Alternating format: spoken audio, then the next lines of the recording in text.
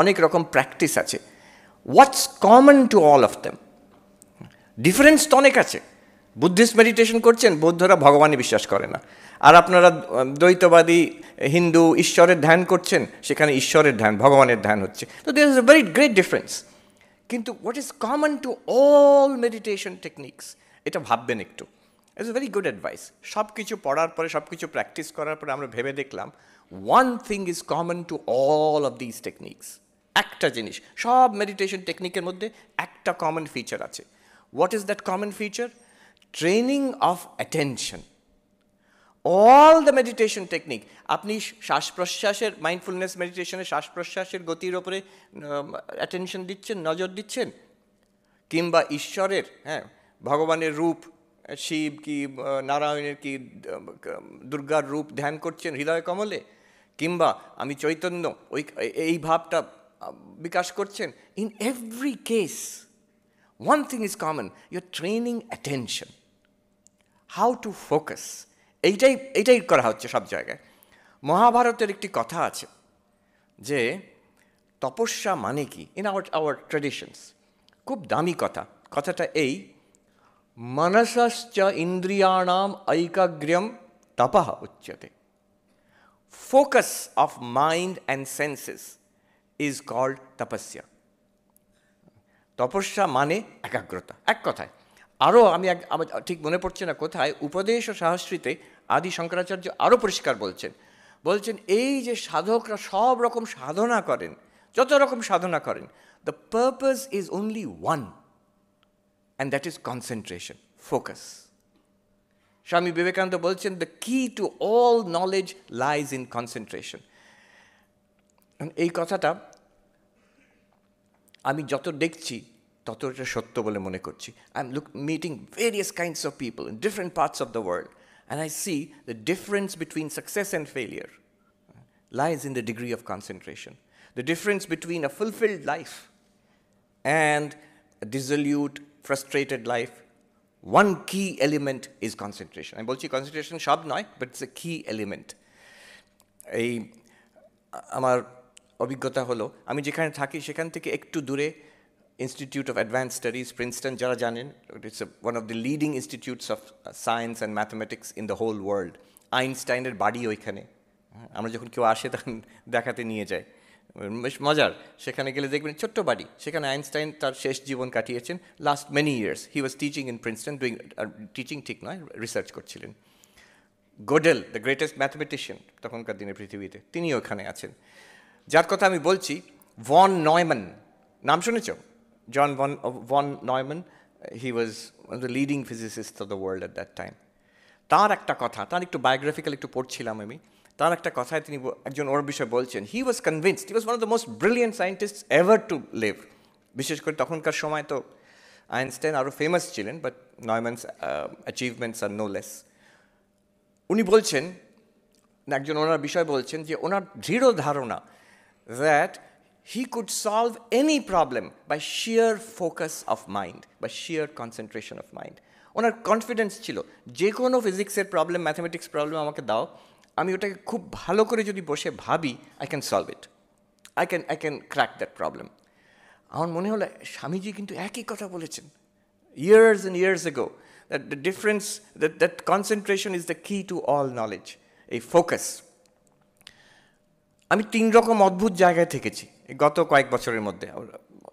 একটা হচ্ছে আমেরিকার 3টে দিক, একটা হলিউড, একটা হচ্ছে এখন ম্যানহাটন নিউ ইয়র্কে যেখানে ওয়াল স্ট্রিট আছে, আরেকটা 1 বছর ছিলাম হার্ভার্ড ইউনিভার্সিটিতে। Three places with 3 kinds of ideals in life.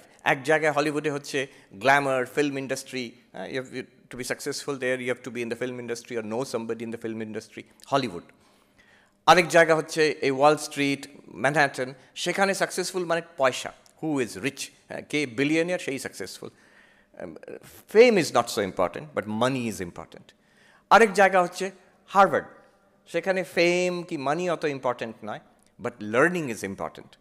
R you author of well-known books? Are you the head of your department? Are you a Nobel Prize winner? So in all of these places, I noticed one thing, that the people who were successful, they had this one characteristic in common, an enormous power of focus. সব কিছু বাদ দিয়ে ওরা যেটাকে pursue করছে ওটাকে ধরে রাখছে, enormous power of focus. আরেকটা, the people who were really happy in all of these places, অল্প কিছু জন, they had some kind of spiritual dimension to their lives.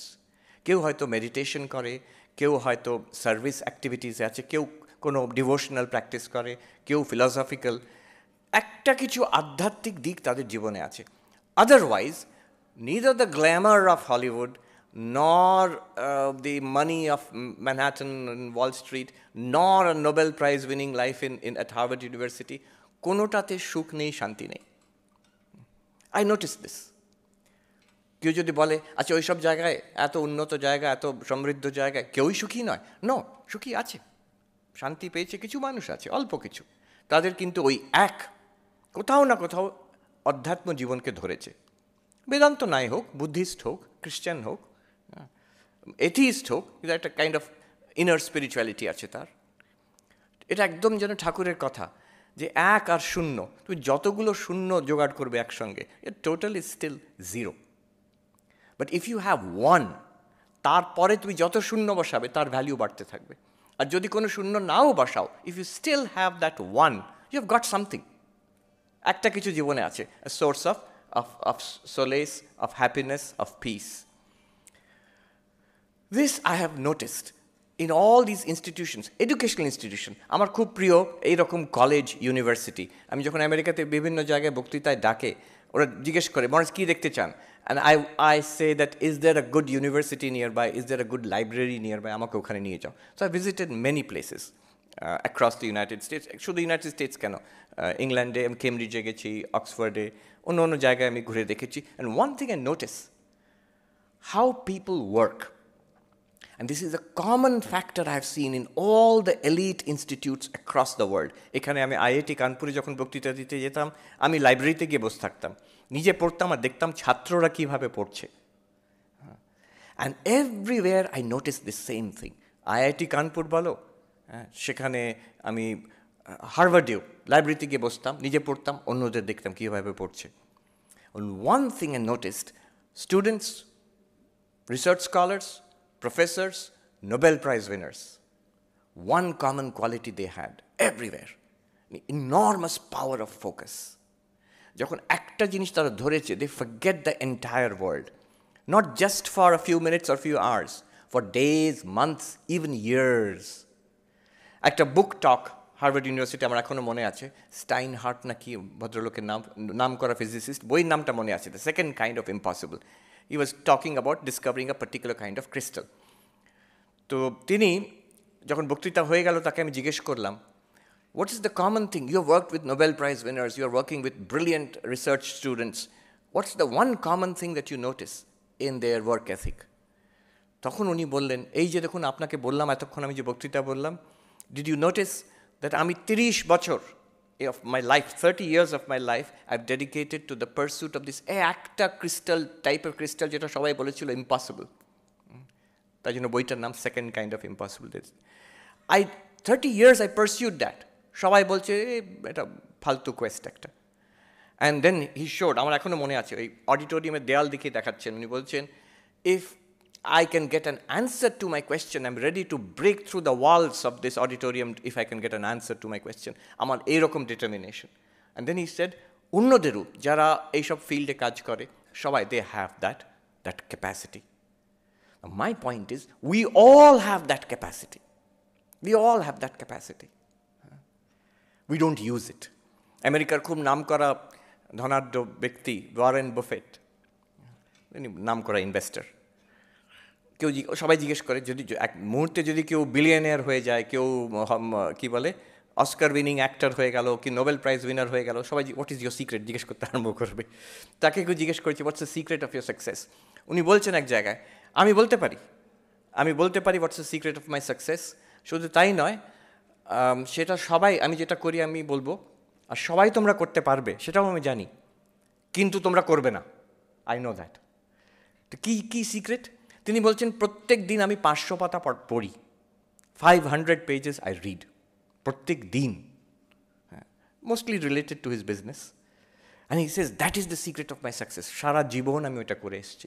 And you also can do that. But it's not easy.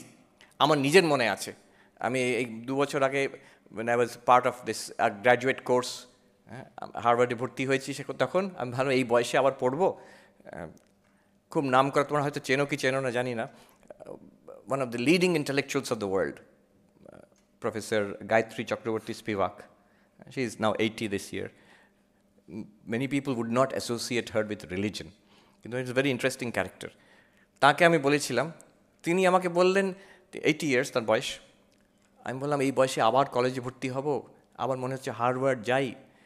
তখন উনি বলছেন, আপনি তো বাচ্চা, আপনি পড়বেন না মানে? নিশ্চয়ই পড়বেন, আমাকে দেখুন। সেই সময় তিনি ছুটছিলেন, চাইনিজ শিখছেন, শুধু নিজের শখের জন্য নয়, কলম্বিয়া ইউনিভার্সিটি চাইনিজে ক্লাস বসে চাইনিজ শিখে পরীক্ষা দিতে যাচ্ছেন। একটা 19-20 year old গার্ল যখন ছুটে যাচ্ছে তার কলেজের পরীক্ষা, ঠিক ওই রকম স্পিরিট, 80 বছরের মহিলা।